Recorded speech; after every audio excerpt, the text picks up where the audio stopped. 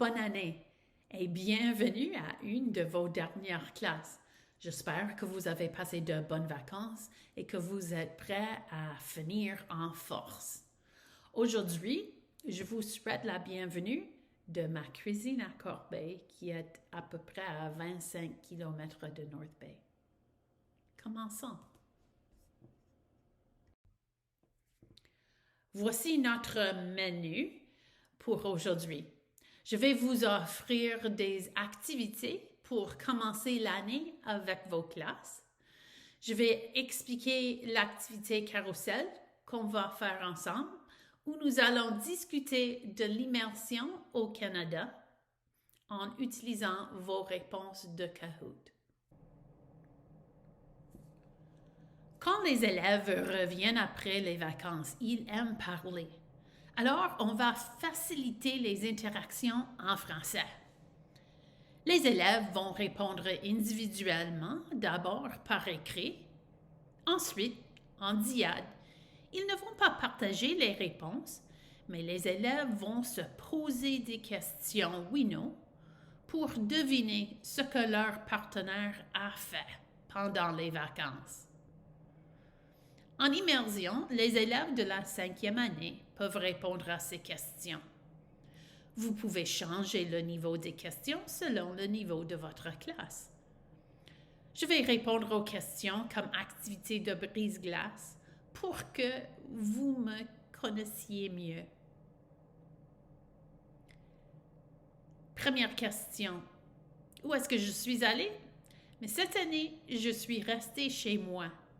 J'ai de la famille à Hamilton, mais à cause de COVID, nous avons choisi de rester chez nous.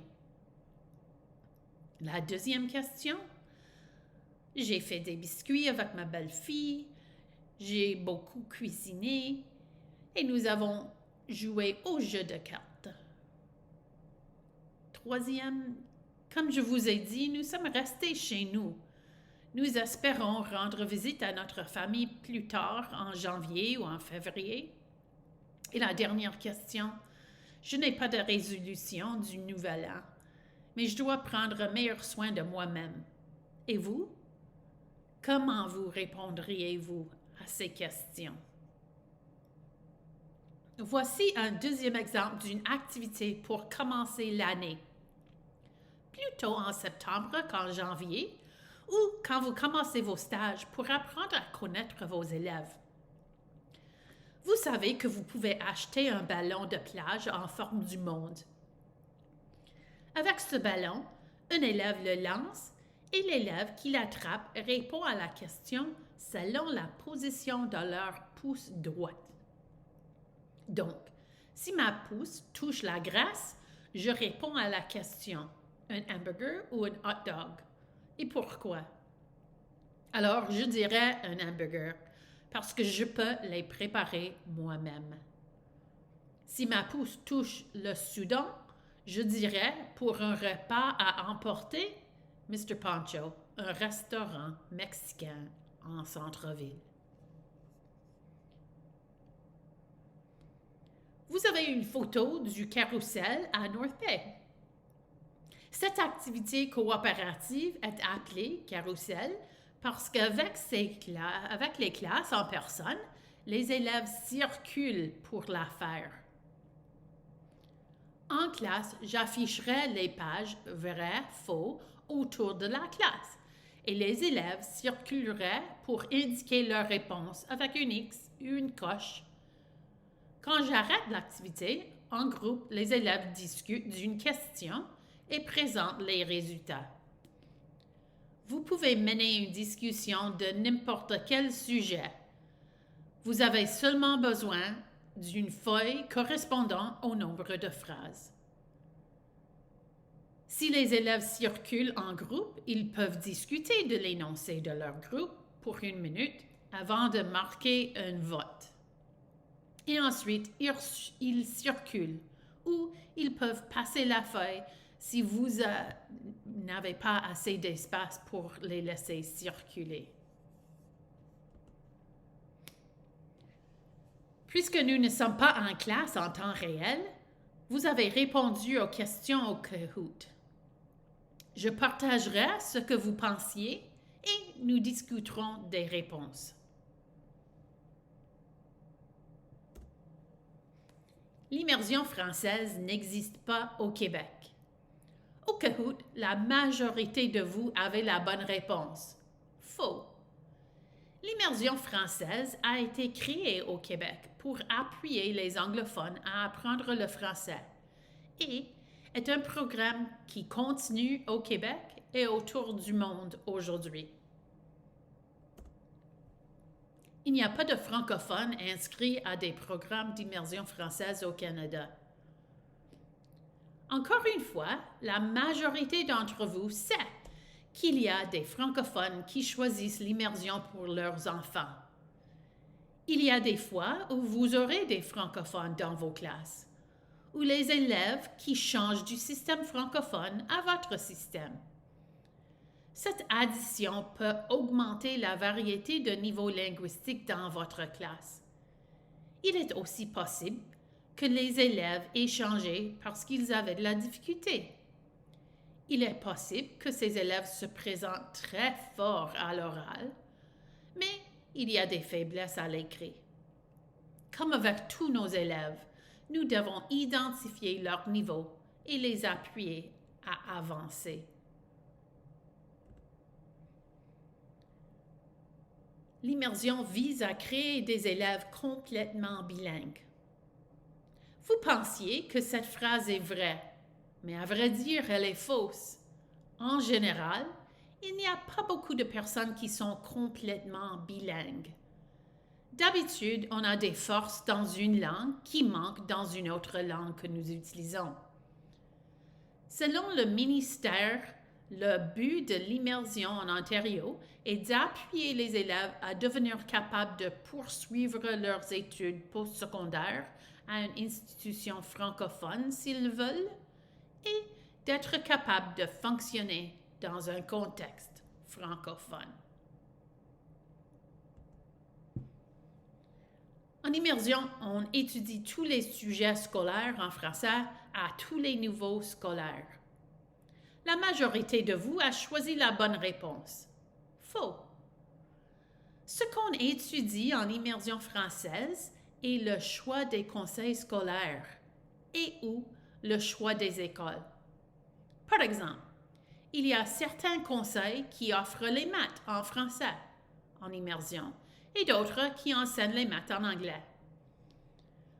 Le pourcentage du temps qu'on étudie est selon le ministère de l'Éducation, au moins le minimum.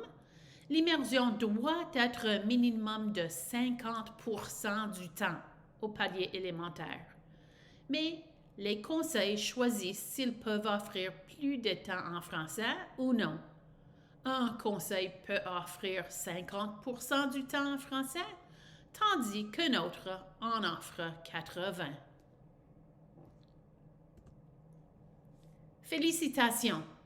La majorité de vous a choisi la bonne réponse. Faux. Quand le programme d'immersion a été créé, c'était un programme inclusif, conçu aussi pour les élèves qui avaient les difficultés d'apprentissage. La pratique a changé quand les parents ont choisi ou n'ont pas choisi le programme pour les raisons différentes qu'à sa conception.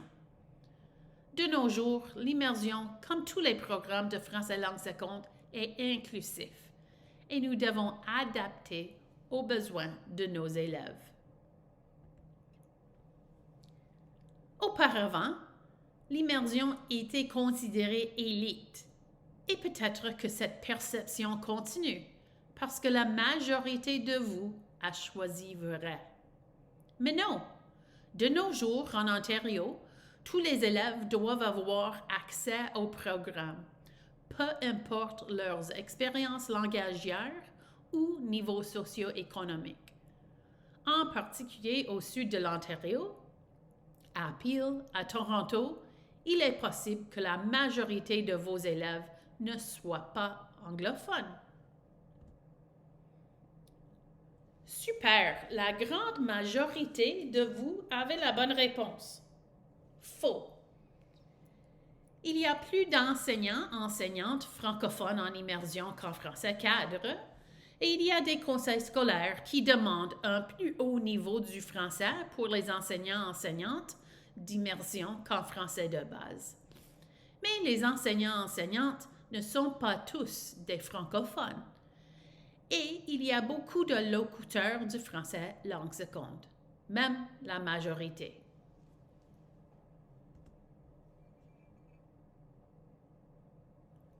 Vous avez choisi faux comme réponse.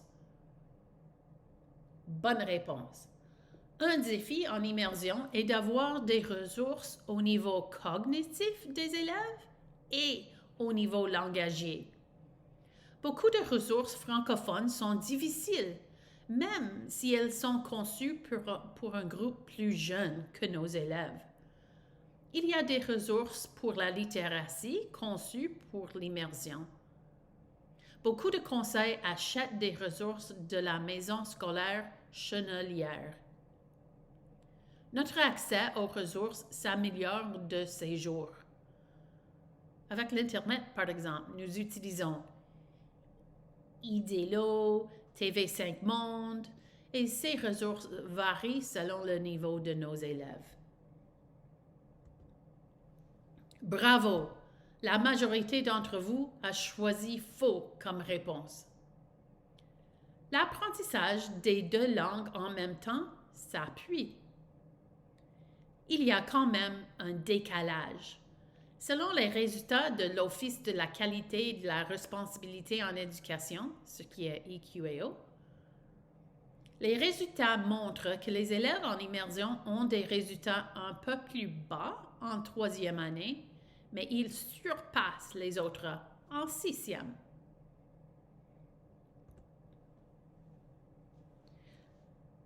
La majorité d'entre vous ne savait pas que l'immersion est un programme qui a été reproduit autour du monde. Puisque l'immersion a d'excellents résultats, le modèle du programme est maintenant suivi autour du monde pour une grande variété de langues. L'immersion est conçue comme le meilleur programme pour apprendre une langue seconde. Et vous allez maintenant contribuer à sa réussite.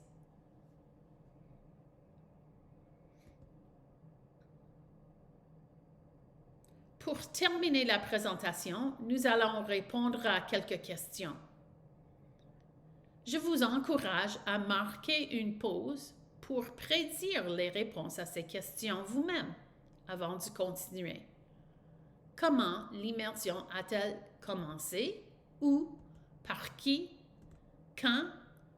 Et qu'est-ce que c'est que l'immersion? Qu'est-ce que vous en pensez? Prenez une minute pour faire vos prédictions.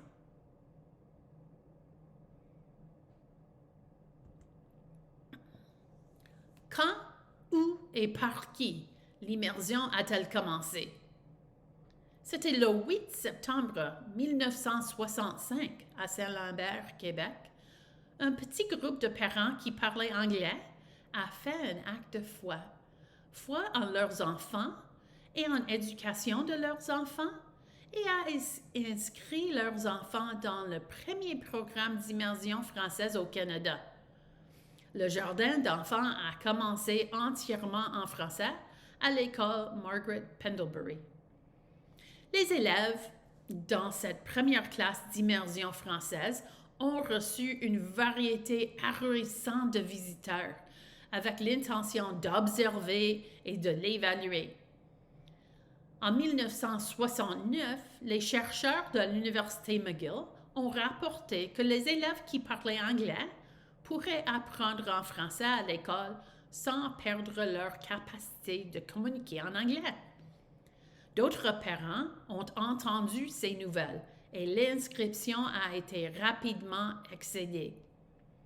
Les parents ont poussé les conseils scolaires jusqu'à ce que toutes les provinces et territoires aient commencé à offrir l'immersion française.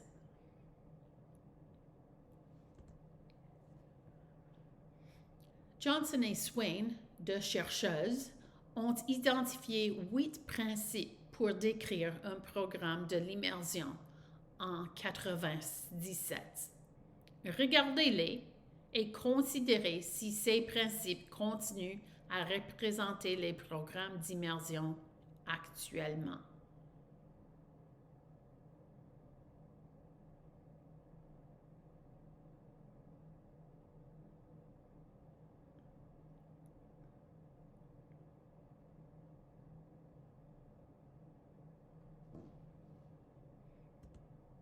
Voici les derniers 4 principes. Réfléchissez à la même question. Restent-ils encore les principes des programmes d'aujourd'hui?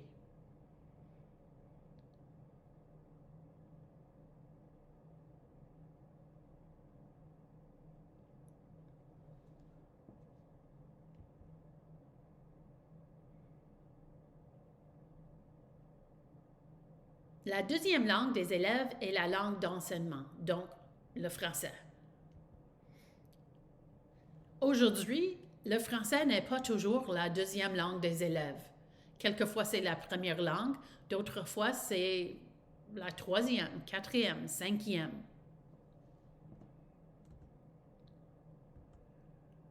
Le curriculum que nous suivons est le curriculum du système anglophone et il n'y a pas de changement. L'école appuie la langue maternelle des élèves. Il y a toujours de l'appui pour l'anglais, mais nous avons des élèves qui parlent plusieurs langues et il y a moins d'appui pour ces autres langues. Peut-être pas d'appui, à vrai dire. Et le but est d'ajouter une langue au répertoire des élèves sans perdre d'autres connaissances. Pas de changement. Ça veut dire que nous voulons ajouter le français aux autres langues des élèves, pas remplacer des langues avec le français. Le contact avec le français est limité à la salle de classe. D'habitude, c'est encore le cas. Ça dépend de la communauté et des familles, évidemment. Au commencement, les élèves sont les débutants. Ils commencent à apprendre le français. D'habitude, c'est encore le cas. Les enseignants, enseignantes sont bilingues. D'habitude, les enseignants, enseignantes parlent anglais et français, mais pas souvent des autres langues de la classe. Ce serait avantageux d'avoir des enseignants, enseignantes qui partagent les langues avec les élèves. Alors, si vous parlez d'autres langues, il sera avantageux de les utiliser en classe quand approprié. La culture de la classe est réfléchie, celle de la communauté. De nos jours, beaucoup de classes sont multiculturelles et la classe devrait reconnaître une variété de cultures, évidemment.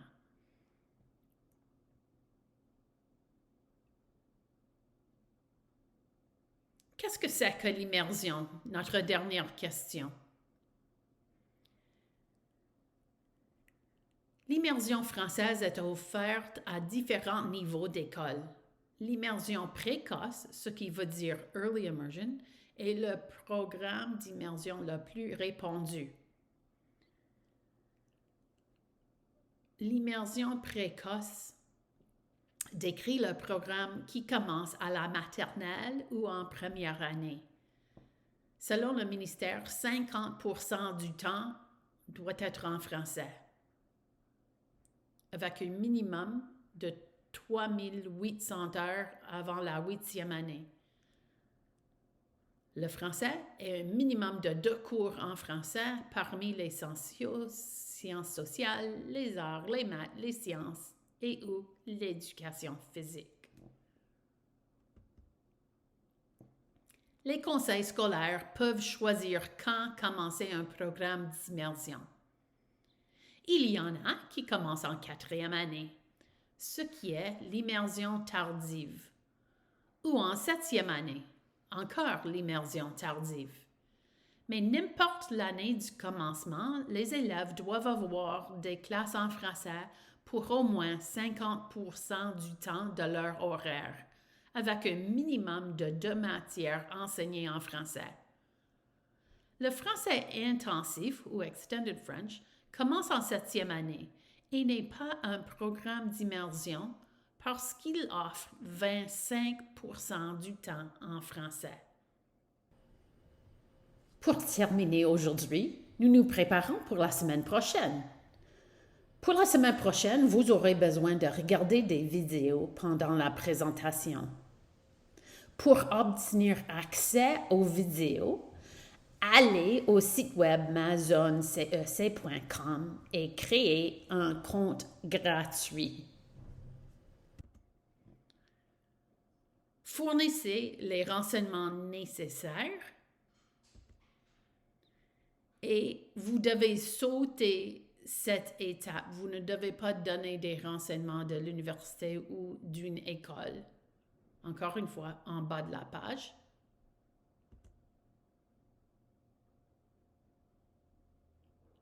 En haut de la page, cliquez le signe plus, comme vous voyez à côté de la flèche.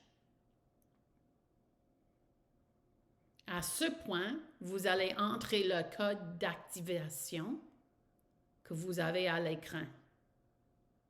À ce point, vous aurez accès aux vidéos que nous utiliserons la semaine prochaine et la semaine suivante. Voici les références que j'ai utilisées en préparant cette présentation. Et encore une fois, si vous avez des questions, n'hésitez pas à m'envoyer un courriel. Passez une bonne semaine.